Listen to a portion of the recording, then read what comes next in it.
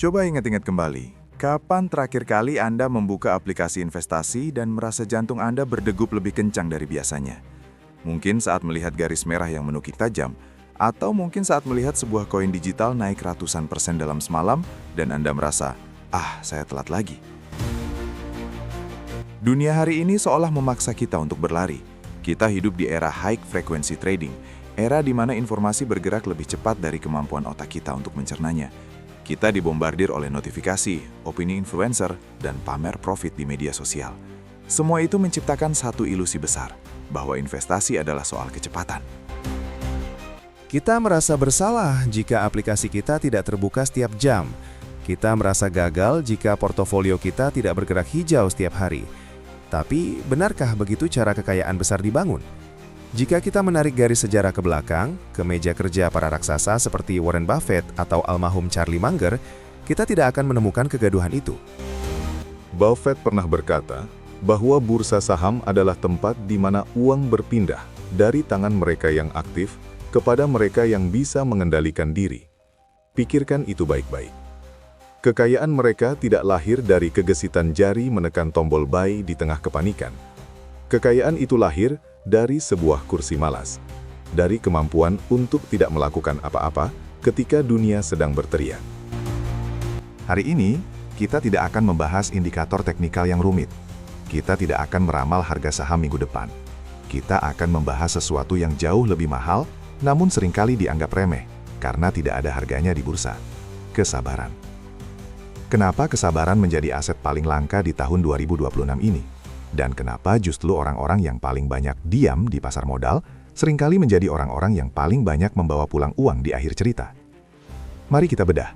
Mengapa di dunia finansial, diam bukan berarti kalah, melainkan sebuah strategi paling mematikan yang pernah ada. Mengapa sangat sulit bagi kita untuk sekedar diam?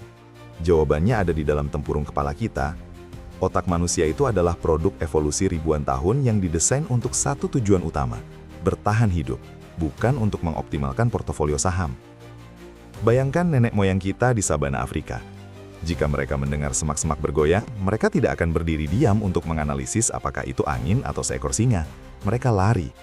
Respon fight or flight ini adalah alasan mengapa spesies kita selamat. Namun dalam dunia investasi, insting purba ini justru menjadi musuh paling mematikan. Saat Anda melihat angka di layar berubah menjadi merah darah, otak amigdala Anda mengirimkan sinyal bahaya yang sama seperti saat nenek moyang kita melihat predator. Jantung berdegup, telapak tangan berkeringat, dan akal sehat Anda seolah terkunci. Insting Anda berteriak, "Jual sekarang, selamatkan apa yang tersisa." Inilah yang saya sebut sebagai jebakan adrenalin. Industri keuangan modern paham betul tentang anatomi ketakutan ini. Lihatlah bagaimana aplikasi investasi didesain.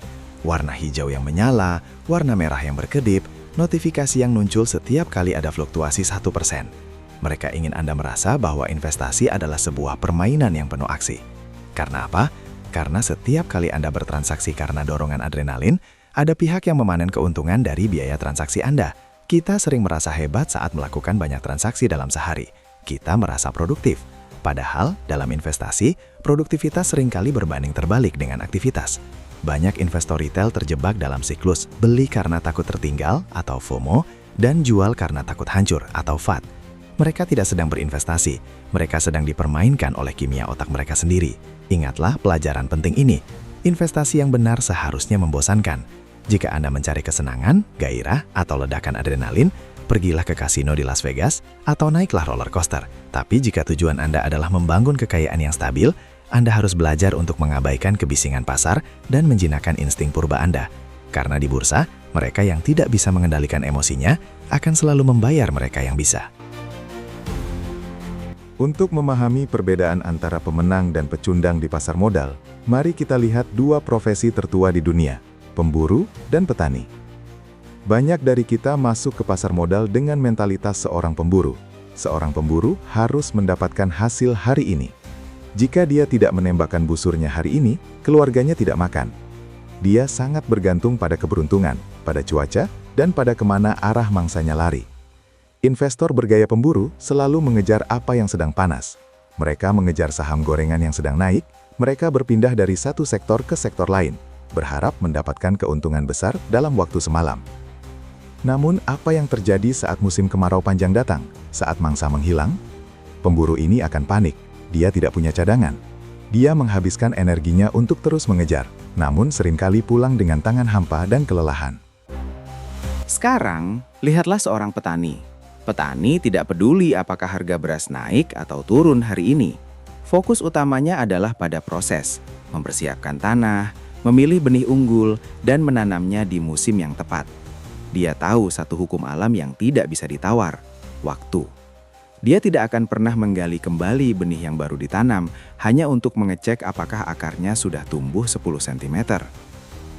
Di pasar modal, benih unggul itu adalah perusahaan-perusahaan dengan fundamental sekuat baja.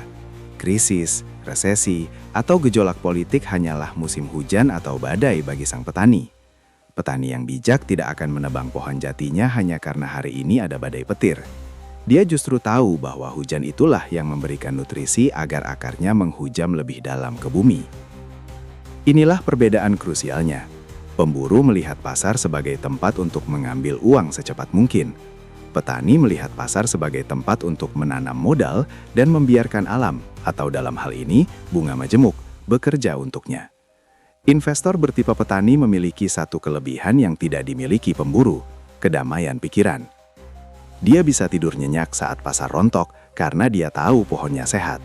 Dia tahu bahwa selama bisnis perusahaannya masih berjalan, selama orang masih butuh sabun, butuh bank, dan butuh energi, maka panen itu pasti akan datang.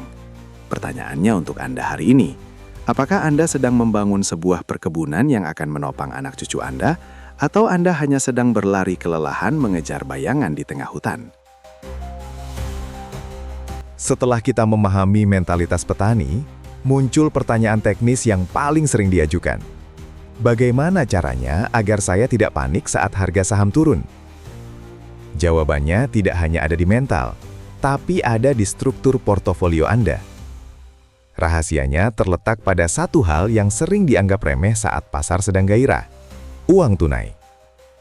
Di masa bull market, saat semua harga saham naik, memegang uang tunai sering alih terasa membosankan, bahkan terlihat bodoh.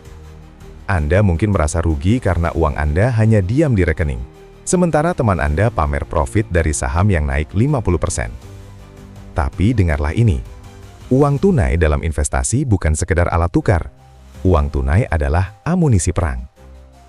Dalam strategi militer, seorang jenderal tidak akan pernah mengirim seluruh pasukannya ke garis depan sekaligus. Dia selalu menyimpan pasukan cadangan yang segar di belakang. Kenapa? Karena dia tahu, perang tidak bisa diprediksi. Sama halnya dengan investasi. Jika Anda memasukkan seluruh uang Anda ke pasar, all in, saat kondisi cerah, Anda sebenarnya sedang menyerahkan leher Anda pada nasib. Tanpa kas dingin, uang yang memang tidak akan Anda pakai untuk makan atau bayar cicilan, Anda tidak akan pernah memiliki keberanian.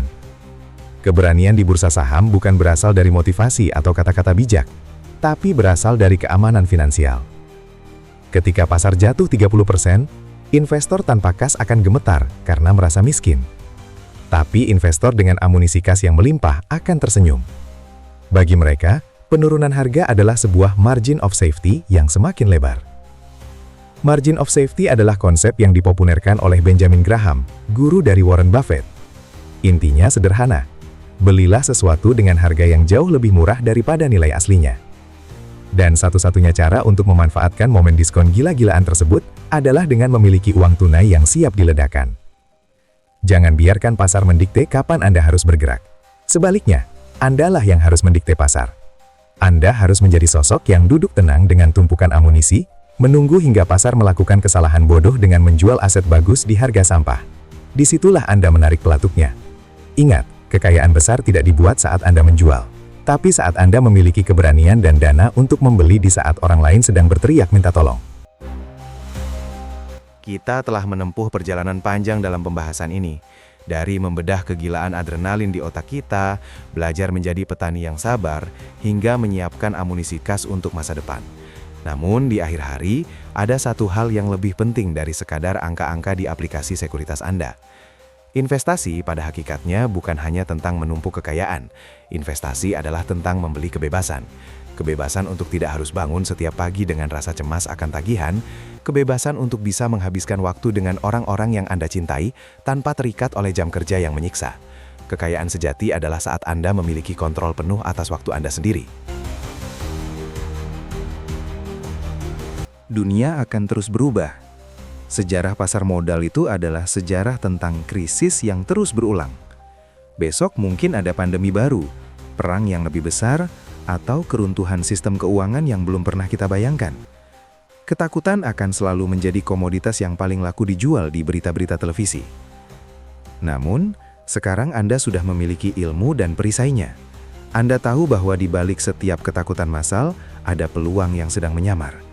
Anda tahu bahwa pasar saham hanyalah sebuah mekanisme untuk memindahkan kekayaan dari mereka yang terburu-buru kepada mereka yang tahu cara menunggu.